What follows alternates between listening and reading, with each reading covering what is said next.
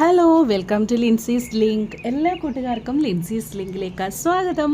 ഇന്ന് നമ്മൾ നല്ലൊരു ഫെർട്ടിലൈസറാണ്, അതായത് ചെടികൾക്ക് ഏറ്റവും ഇഷ്ടപ്പെടുന്നതും അതുപോലെ തന്നെ പെട്ടെന്ന് റിസൾട്ട് കിട്ടുന്ന ഒരു നാച്ചുറൽ ഫെർട്ടിലൈസറാണ് ഞാൻ നിങ്ങളെ കാണിച്ചു തരാൻ പോകുന്നത്.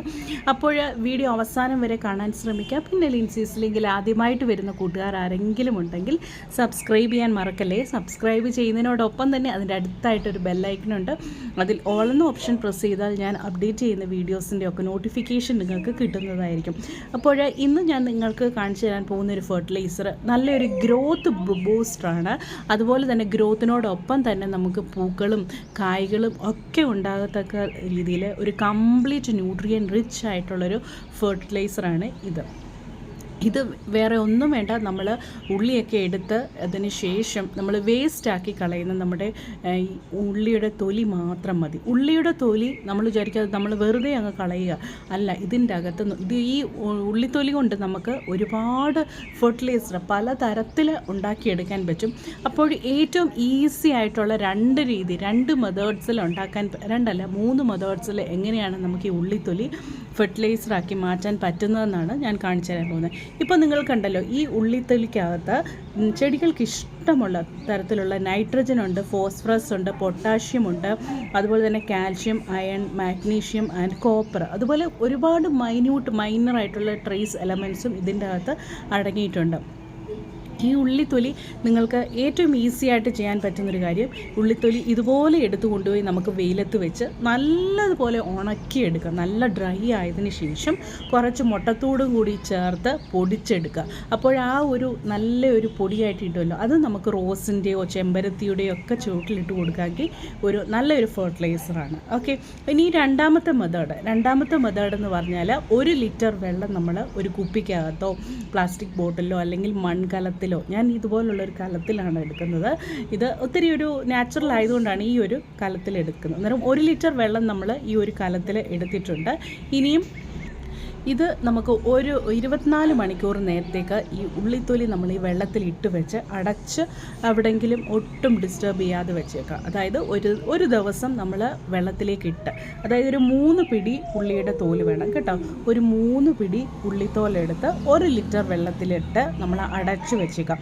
24 മണിക്കൂർ കഴിഞ്ഞ് മാത്രമേ നമ്മളിത് തുറന്ന് നോക്കാൻ പറ്റൂ. ഇടയ്ക്ക് വേണമെങ്കിൽ ഒന്ന് ഇളക്കി നല്ലതുപോലെ ഒന്ന് മിക്സ് ചെയ്ത് വെക്കുന്നത് ഒത്തിരി നല്ലതാണ്. ഓക്കെ, അപ്പോൾ ഞാനിത് 24 മണിക്കൂർ നേരത്തേക്ക് ഡിസ്റ്റർബ് ചെയ്യാതെ ഇങ്ങനെ വെച്ചിരിക്കുകയാണ്. ഇനി നമുക്ക് 24 മണിക്കൂർ കഴിഞ്ഞ് ഇത് തുറന്ന് നോക്കാൻ നേരം ഈ വെള്ളത്തിലേക്ക് ഉള്ളിയുടെ കംപ്ലീറ്റ് ഉള്ളിത്തൊലിയുടെ ഗുണങ്ങളും ഈ വെള്ളത്തിലേക്ക് ഇറങ്ങിയാണ്. അപ്പോഴിത് നമുക്ക് കിട്ടാൻ പോകുന്നത് ഒണിയൻ പിങ്ക് നിറത്തിലുള്ള ഒരു സൊല്യൂഷനാണ്. നിങ്ങൾക്ക് കണ്ടാൽ മനസ്സിലാവും, തൊലിയുടെ അതേ നിറത്തിൽ കണ്ടോ, ഈ കളറിലിരിക്കും ഈ ഒരു ഉള്ളിൽ നമുക്ക് കിട്ടാൻ പോകുന്ന ഫെർട്ടിലൈസർ. അപ്പോൾ ഞാനിത് 1 ലിറ്റർ വെള്ളത്തിലാണ് ഇപ്പോൾ ഞാനിത് പ്രിപ്പയർ ചെയ്തിരിക്കുന്നത്. അപ്പോൾ ഈ ഒരു ഹോം മെയ്ഡ് ഫെർട്ടിലൈസർ നമുക്കിവിടെ റെഡിയായി കിട്ടിയിട്ടുണ്ട്. ഇതിനിയും നമുക്ക് കൊണ്ടുപോയി ചെടികളുടെ ചുവട്ടിൽ ഒഴിച്ചു കൊടുക്കാം. നിങ്ങൾ ഓർക്കും ഇത് എത്ര ദിവസം ഇൻ്റർവെല്ലിൽ ഒഴിച്ചു കൊടുക്കും? ഒരു 15 ദിവസത്തെ ഇൻ്റർവെല്ലിൽ നിങ്ങൾക്ക് 2 പ്രാവശ്യം ഒഴിച്ചു കൊടുക്കാൻ പറ്റും. അതുമാത്രമല്ല, ചെറിയ ചെടികൾക്ക് മുതൽ നിങ്ങൾക്ക് വലിയ ചെടികൾക്ക് വരെ നിങ്ങൾക്ക് ഇത് ഒഴിച്ചു കൊടുക്കാൻ പറ്റുന്നതാണ്. കാരണം ഇതൊരു നല്ലൊരു പ്ലാന്റ്, നല്ലൊരു ഗ്രോത്തിന് നല്ലൊരു ബൂസ്റ്റ് കൊടുക്കുന്നതാണ്. നിങ്ങൾക്ക് സ്പ്രേ ചെയ്ത് കൊടുക്കാൻ പറ്റും, അതുപോലെ തന്നെ ചെടിയുടെ ചുവട്ടിൽ ഒഴിച്ചു കൊടുക്കാൻ പറ്റും. കുഞ്ഞു പ്ലാന്റിനാണെങ്കിൽ ഒരുപാട് നമ്മൾ ഒഴിച്ചു കൊടുക്കേണ്ട കാര്യമില്ല, ചെറുതായിട്ട് ഇതേപോലെ ഒന്ന് തളിച്ചൊക്കെ കൊടുത്താൽ മതി കേട്ടോ. ഇങ്ങനെ ചെയ്താൽ മതി. നല്ലൊരു ഫെർട്ടിലൈസറാണ്. എല്ലാവരും ഇത് ഉണ്ടാക്കി നോക്കുക, വളരെ ഈസി ആയിട്ട് നമുക്ക് ഉണ്ടാക്കാൻ പറ്റും.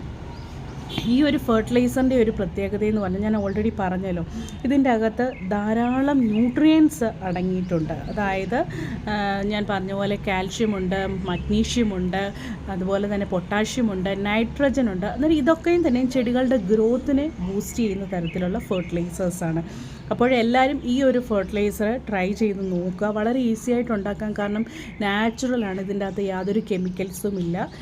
കംപ്ലീറ്റ് നാച്ചുറലായിട്ട് പോകുന്ന ഒരുപാട് ആൾക്കാരുണ്ട്, അവർക്കൊക്കെ പറ്റിയ ഒരു ഫെർട്ടിലൈസറാണ് ഇത് 15 ദിവസത്തിലൊരിക്കൽ നിങ്ങൾക്കിത് ചെടികളുടെ ചുവട്ടിൽ ഒഴിച്ചു കൊടുക്കാം. ഇല്ല എങ്കിൽ മൂന്നാമത്തെ ഒരു മെത്തേഡ് എന്ന് പറഞ്ഞാൽ നമ്മുടെ ഉള്ളിത്തൊലിയൊക്കെ നമ്മൾ എടുത്തതിന് ശേഷം അത് ജസ്റ്റ് ചെറുതായിട്ടൊന്ന് ഡ്രൈ ആക്കുക. ഓക്കെ, ചെറുതായിട്ട് നമ്മളിതുപോലെ ഏതെങ്കിലും ഒരു ബോക്സിലിട്ട് നല്ല സൂര്യപ്രകാശം കിട്ടുന്നൊരു ഭാഗത്ത് വെച്ച് ഉണക്കിയതിന് ശേഷം നമുക്ക് ചെടിയുടെ ചുവട്ടിൽ ഒരു മൾച്ചിങ് പോലെ ഇട്ട് കൊടുക്കാൻ പറ്റും.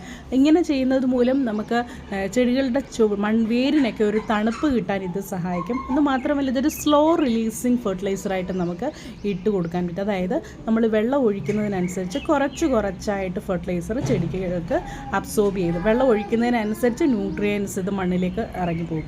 ആ രീതിയിൽ മൾച്ച് ചെയ്തും നമുക്ക് ചെടികൾക്ക് ഈ ഉള്ളിത്തൊലി നമുക്ക് ഇട്ട് കൊടുക്കാൻ പറ്റും.